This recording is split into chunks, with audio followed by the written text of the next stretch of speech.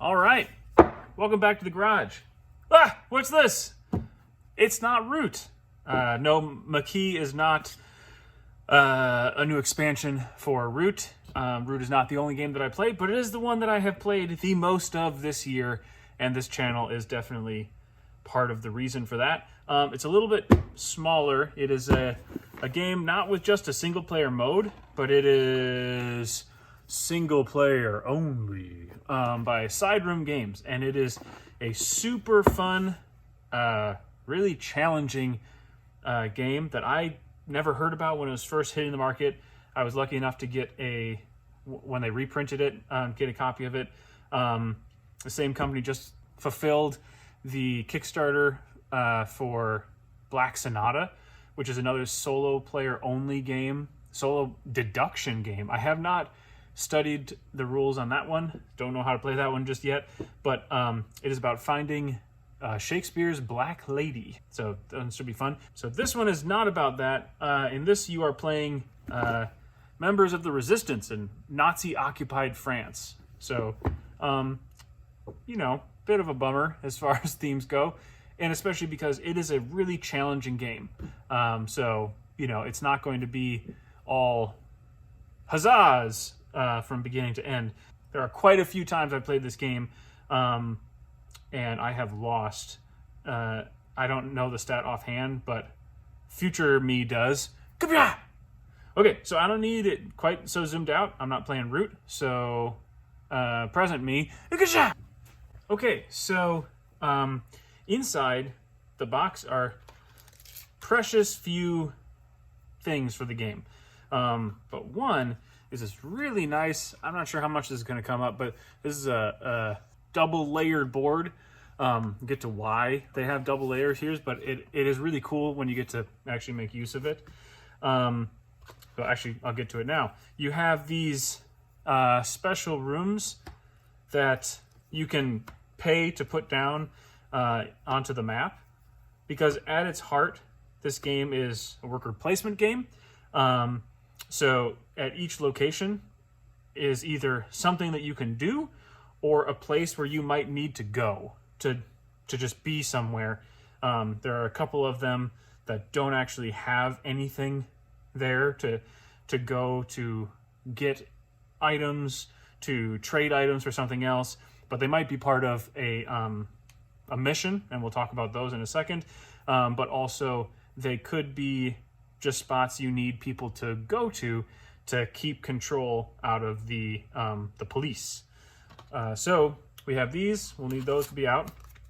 Got this like little deck that comes in the box. There's a few different things that are involved. Again, another really nice double layer little card size thing. It's just adorable. And we'll get the box out of here, and we can put that, how about right there? We have our little reminder card. We have a bunch of missions, and you will notice that some are 2 stars and some are 1, which means some are going to be more challenging than others. And also, even the 1 stars, when they combine together, because you're always going to have 2, some of those 1 stars are going to be brutal, just by them being together. So I'm actually going to shuffle these where I don't know what the difficulty is. Some of them is pretty obvious, but you know, I can guess, and then we'll see if I'm right. Okay, so the top 2, move this down a little bit. You know what? I think you know what the channel is. if you've been here. Okay, bomb for the officer. So we need to deliver a bomb. German plane landed in the field southeast of town. The pilot is in a hotel nearby. A perfect time to strike. Okay, and then take out the bridges. Wow, this is a really bomb-heavy match, huh?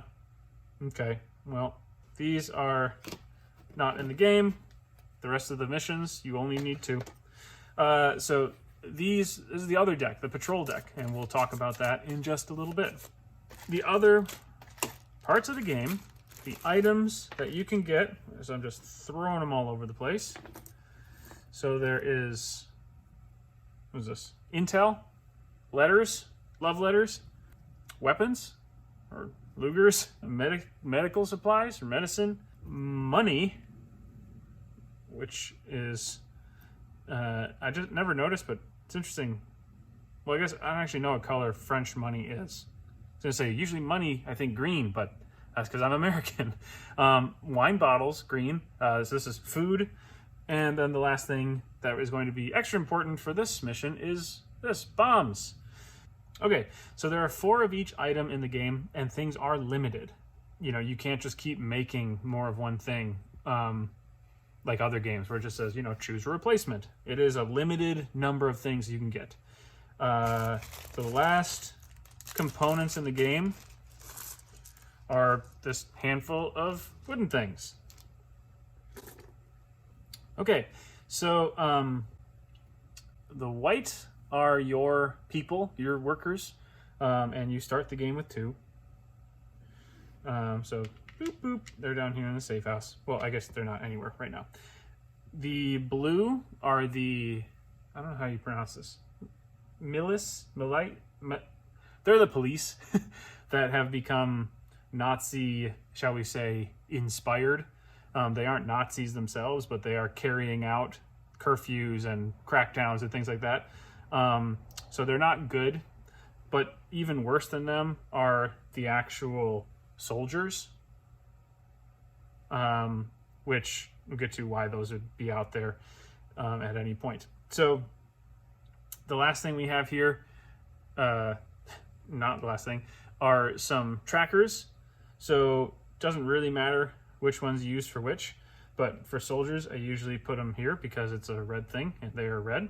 So you start with 0 soldiers. The police are easier to get around. Soldiers are a pain in the butt. So I'm going to put morale here at blue, and I'm going to put the white cube at start. So these yellow cubes are reminder cubes, and they're going to be important when you take care of a mission up here. You're going to, use this to cover up the thing. But also, I put them in. Apparently the rulebook does say the white and the blue. Whatever, you can do you. So there are these orange segments, and the morale is going to go down on these. So I put these blocks in here. So during your upkeep phase, when I get here, there's a block in the way, and I go, why is that there? Oh yeah, morale, womp womp. So that's a bummer. I can't remember what the triangles are for. I feel like I didn't know what they were when I was first playing the game, and then it became apparent, so maybe I'll remember in a little bit. But for right now, there are triangles here, but there are other things. So the other part of the time track is some of your missions will actually have daytime requirements or deadline requirements. So like coded messages. A worker must be placed here by end of day 6 and must remain here until the end of day 10. So if that was the case, you would probably put an additional one, maybe, off to the side. So it's not reminding you the same thing. It's something different. But for our missions here, there are no timeline requirements. But let's go over, before we get to missions, what the rest of the board is. So just like in any worker placement game, you're going to take your worker and you're going to place them. Brilliant. Missions, there's a little bit sometimes of like, I need to go online and just check on BGG forums to see like, hey, what do people use for this mission? Because sometimes I don't 100% know what the game is talking about. It's close. It's not like completely unusable, but there are some missions that are a little bit trickier. But everything on the board is super duper clear once you kind of understand what they mean. Some of them are just these items over here. So, you're picking up food here. You're picking up medicine here. Here there's an arrow, so you are trading in 1 money for 1 weapon. Here, there are 2 things. So you're trading in food and a medicine, arrow, eagle, or bird. So you're gaining morale. Because morale, remember, every time this goes down, morale is going down, which is one of the fail states of the game. So the ways you can fail are you no longer have any workers available. They have all been arrested. You get down here, the morale gets to 0, or you get to the end. You've finished, you get to the 15th day and you have not completed your mission, in which case any of those combinations, no good. So sometimes, you know, morale is you're starting at 6, 5, 4, 3, 2, 1. If nothing else drops morale, you will end the game here. But there are ways that can go up, at which point you're going to know at a certain point you're going to drop down to 0. So you're probably going to have to do one of these to raise it. So the slashes, obviously an either or situation. So, you know, medicine or food turns into money, but a loss of morale. So morale, why do I keep saying it so strangely? So that's an example of, you know, when it would be going down. That's no good. Here, turning food into another worker. So at the cafe, you're going there, they're doing poetry or whatever. You're saying, hey, you know what sucks? Having the Nazis in our city. So let's, you know, take care of that. You turn food back into the you know, bank, and you unlock another worker that you then get to use for the rest of the game or until they get arrested. So then the other ones are not these items up here. They are ones that you have to look over here to see. So we started with the recruit one worker. That's only at the cafe.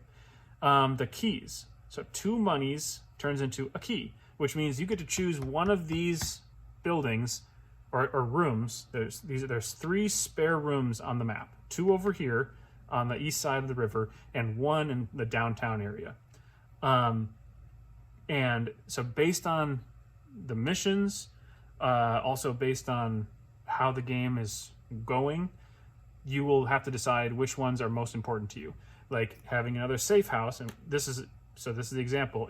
It drops right into this double layered thing, just really satisfying, and it makes it feel even better. Resources are few and far between. So paying 2 money for something, and also your workers, you don't have that many or that much time. So you're spending money you don't have much of, you're using workers you don't have many of, and you're taking the time you don't have much of. So to put one of these down, or even 2, I've never had 3 in one game. Just like the act of putting it in there and covering that up and turning it into that, and it has the little label down here, and it feels great. So that's good because it costs a lot of opportunity to actually take that action. So the other goofy ones, Radio A and Radio B. You can either get intel there / parachute, which is airdrop. Makes sense? So you can add 1 money, 1 weapon, or 3 food on an empty field. So there are 2 fields in the game. And so you can do 3 food, you can do 1 weapon, you can do 1 money, and then that just goes onto that field, which then goes to the last little symbol here, which is pick up. So you would go to that field with a worker on a following turn, any following turn, and we'll come back to that. And then you would pick these things up just like you would going to the grocer, except this is a triple grocer. It just takes an extra turn to set it up.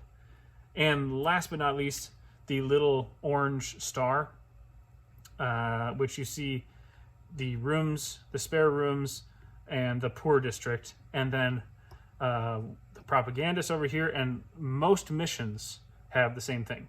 So those are spaces where even if you can't make it back to a safe house, which I'll explain in a second, you still get the benefit of whatever you sent the worker there to do. So you can complete your action without returning worker to safe house, is how the rules state.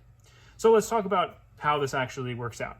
Now, a solid first turn thing, for me at least, would be saying, all right, I'm going to place a guy on the grocer.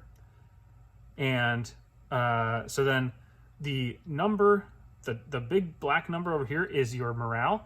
The red number is how many police you have. It is either the number that's on here or the number of workers that you have unlocked, whichever is higher. So in this case, it's going to be 3. So then, I put them in a separate place. I guess actually, let's put them over here. They're not good. That's where I'm going to be putting my stuff. But they are, this separates them from those 2 so I don't accidentally put more down. So you're going to flip over the top card and you're going to go from top to bottom.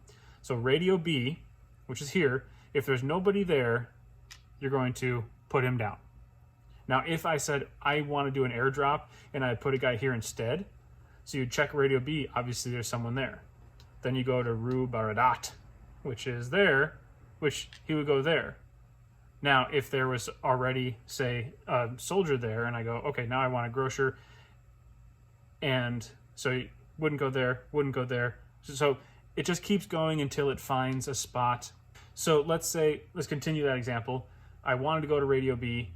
I wanted to get some food at the grocer. So guy went to Rue Baradat, guy went to Point Levesque, but there's that third one. Remember, it's always going to be at least this number, 3, or where you're at on the morale track, if not more, based on how many workers you have. So I only have 2. You go back and forth between you placing a guy and the police coming out, and then any remaining police or soldiers at the end take their turns. So let's say that now we flipped over the same card. Radio B, no. Rue Baradat, no. Point Levesque, no. Then you go back to the top, and if there is any of these locations that is filled with a worker, not a policeman, the policeman goes there and arrests that worker. So they are out of the game. And if they are arrested, that's like out of the game. Like, you cannot get them back. These guys are available. They're essentially just like hanging out here in the cafe, waiting to be read awesome enough poetry to come join your cause. If they're arrested, you don't get them back. So that's, if that happened, that would be a bummer. But that's why you might not, well, in that case, that was just really bad luck. It's not bad planning. I'll show bad planning in a second. So if this was what happened and one of my guys got arrested, then you take turns one at a time, taking the action of your workers that are out on the board. So the grocer, I would get 1 food, and then he would come back to the safe house. And that'd be it, because that's the only worker I have. So the 3 soldiers would come off, and then I have 1 worker for the next time, but I have 1 food too. So probably I would go over here that next turn to get the cafe. And there are some things in this deck that never show up. Like, you never have the cafe. You almost never have the doctor. You never have any of these spare rooms. You never have fields. And you never have a safe house, obviously. So you can kind of game the game a little bit by knowing that. You also, the game states in the rulebook, the discard pile is free for you to look through. So if you're ever really trying to min-max where you can and can't go, you can look through here to see how many times you've seen Point Levesque or whatever. So let's pretend that didn't happen. Keep this in mind on top, but pretend like we don't know it. So let's see. In this game, we know we need bombs. In that case, the only place to get bombs is to build a chemist lab. So this is, any mission that has bombs in here is forcing you to at least build this room, which kind of is a feel-bad thing, but I mean, you know, there's not just like buildings where bombs are made in France. You have to actually, you know, make that your case.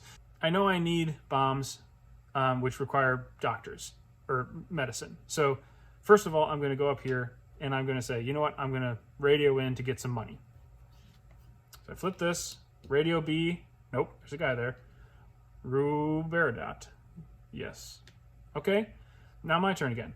Well, let's get started on this medicine, because in this game I'm going to need 5 medicine, because it's 1-to-1 medicine to bombs. And you can deliver these, anything that is multiples like this, you can deliver that with 1 worker, but you need to have it. You know, this one needs a bomb and a gun. These each need 2 bombs. So I need to really start cranking these out soon. So I'm putting it down on doctor, taking a bit of a risk, and I'll explain why perfectly. So Point Levesque. Uh-oh. My direct route back to the safe house has been compromised. And in fact, my indirect route going over the northern bridge is also compromised because both ways are blocked off by police. So that's not good already. And the last one, fence, Point du Nord, Point Levesque. So fence is over here, So if this happened, this was actually, they're both risky maneuvers. So I got this, I can send this guy back, and I'm going to phone in money at a field. Well, actually, if this was the situation, I might phone in food so I can guarantee going to get this next time, and then just like cranking out guys. If this was your first turn, this would be a back-breaking blow, because you're starting the game guaranteeing for the first few turns you will only have one worker, because he only comes back here to drop stuff. He has to go pick it up. The next turn he has to go to the cafe, and only then does he start to make friends. Because after he's come back, let's say he dropped the food, now it's time for you to try to get this guy back, but both of these routes are compromised. So he would go to jail instead, and then these would all go back. Now, if it was later in the game and I already had a weapon, like I was getting ready for this mission, once it is time to take actions, you can use a weapon once per round to remove a police officer. So obviously going around this way is no good, because even if I take this guy out, he's still blocking the path. But if this guy is taken out, Point Levesque is open and I can come back this way. So you would cash this on, you would take him out, and he's gone forever, but he is permanently replaced by a soldier. And he gets back, I get my medicine. Now, oh, and also when you kill a soldier, morale drops too. So morale takes a hit, and now one of your policemen is a soldier. And the reason why that is bad, so next time you'll always put down your police, and then the soldiers go last, and wherever the soldier goes, this is no longer an enemy that you can take out with a gun. And the rule book just explains that as they're too good at shooting. So even if I had a gun, I could not take this guy out, which means he would be, out of luck, because again, I can take one out, but he is still in the way in the poor district. So what the game becomes is a very tight risk-taking game where you're trying to, mitigate that risk as much as possible by sending a guy to Point Levesque, drawing, okay, grocer, and then doctor, Point Levesque, no, Point du Nord, yes, and then the next guy, Radio A. So because I stationed a guy at Point Levesque who's not doing anything, so that's a bummer, but what he is doing is guaranteeing safe passage with that guy with the medicine. So unfortunately, because this game is timed, there is no way for you to do that safe route all the time. Even if you're picking up food to turn them into more workers, you are going to have to take risky maneuvers and maybe you might do this with two of your guys, but then you say, you know what, I really need to radio in because I need guns and I need to save my money to buy these rooms. I can't be turning money into guns up here. So I'm going to do this guy, Radio B, so these might be safe, but now all it takes is one dude here, and suddenly he can't get back. So then you start to go through your mind, say, is it going to be more beneficial to put a safe house up here so there's a guaranteed place?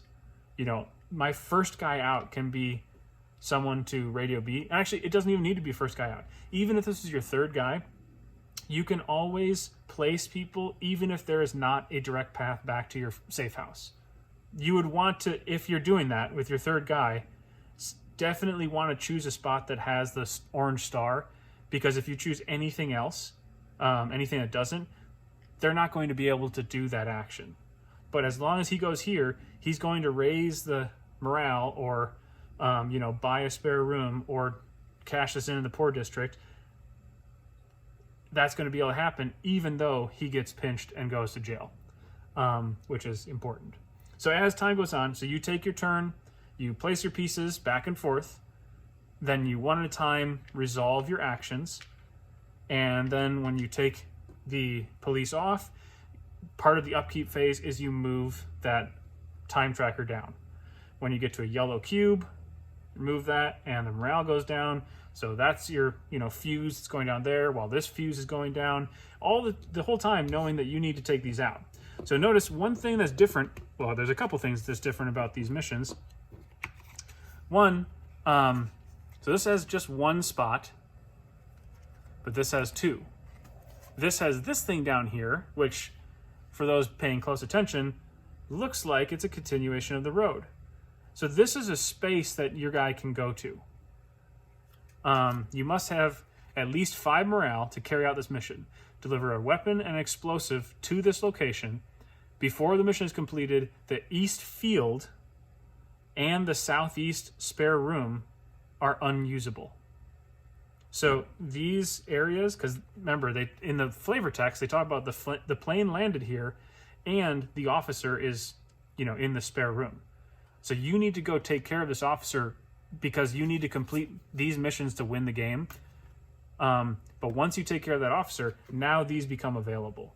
So again, these yellow cubes can be placed here to remind you that you can't use those spaces until this is taken care of. So again, this is a safe spot. So as long as you have the bomb and the weapon in your inventory, you could have a guy right here.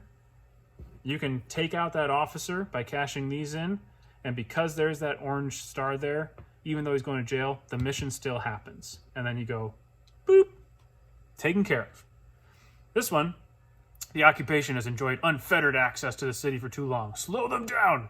Destroy a bridge, deliver 2 explosives to the black market.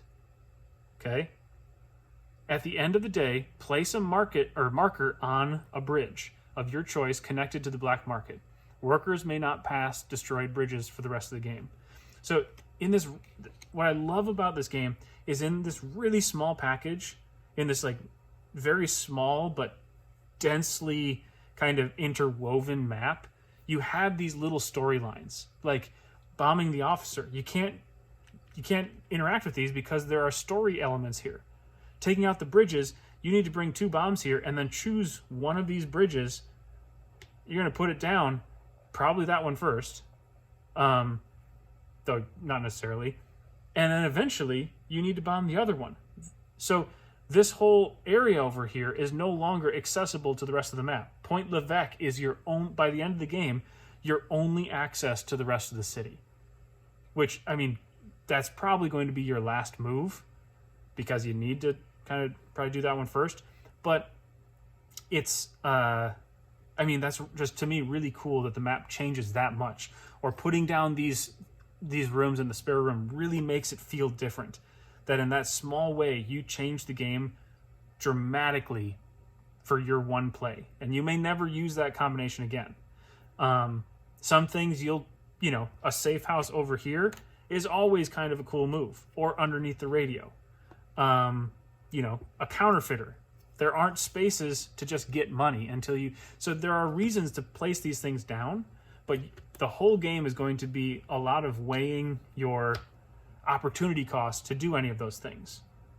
And that's pretty much it. The only thing that I didn't cover... so, again, like I said, some of the missions do require a little bit of you kind of really having to think about what the intent is, or going online to the BGG forum. Just go to, good old google.com and type in Maquis and then the name of the mission. And that, to me, has been super beneficial. I've gotten lots of answers that way.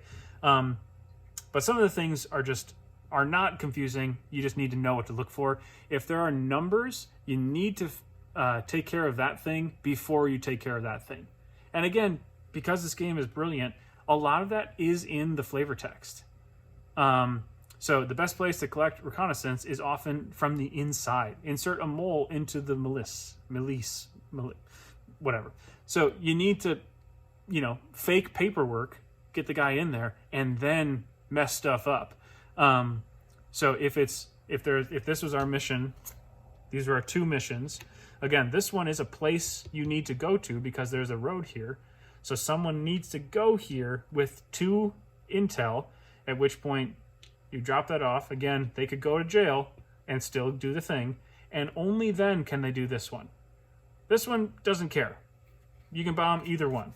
It's a really tight, very tense game that, again, I'll be honest, I have not won very many times, but I do not take that for an instant as a mark against the game. It's a lot of fun, even when it's, you know, kicking your butt. So next time, I will walk you through actually playing, and because the games go relatively quick, I think I'll probably, you know, knock out 2 right in a row, and go with that. So, yeah, thanks for stopping by. I'm not moving away from Root forever. I will get back to do some more Root content, but for the time being, because we don't have any more Clockwork or Better Brought factions, I figured let's take some time to play some of the other games that I love playing, and Maquis is one of them. So, hope to see you again next time. Thanks for stopping by.